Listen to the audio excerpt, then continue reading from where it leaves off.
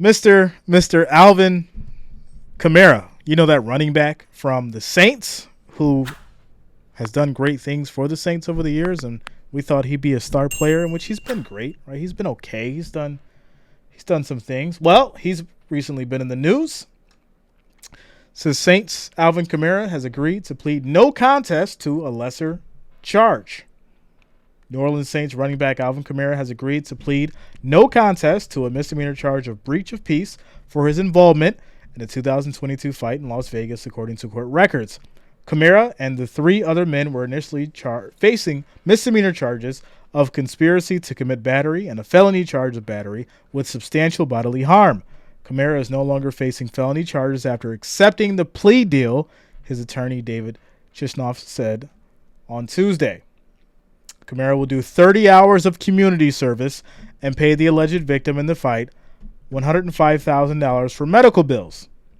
Alvin is pleased that the matter is behind him and looking forward to a successful NFL season.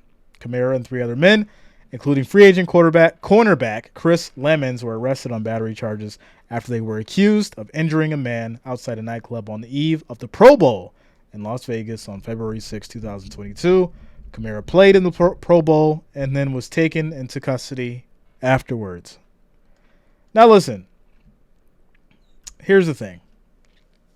When you look at the situations that happen, we speak about players, entertainers, and all these people as if they're role models. I feel like at this point that a lot of the people that are in these industries just aren't role models anymore.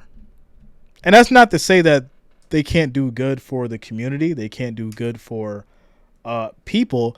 I just think that we as a society have to stop looking up to these individuals because nobody's perfect, right? And long are the days where you can hold someone at, high esteem because they have the moral value or the moral character that you're looking for. To be at a standard, right?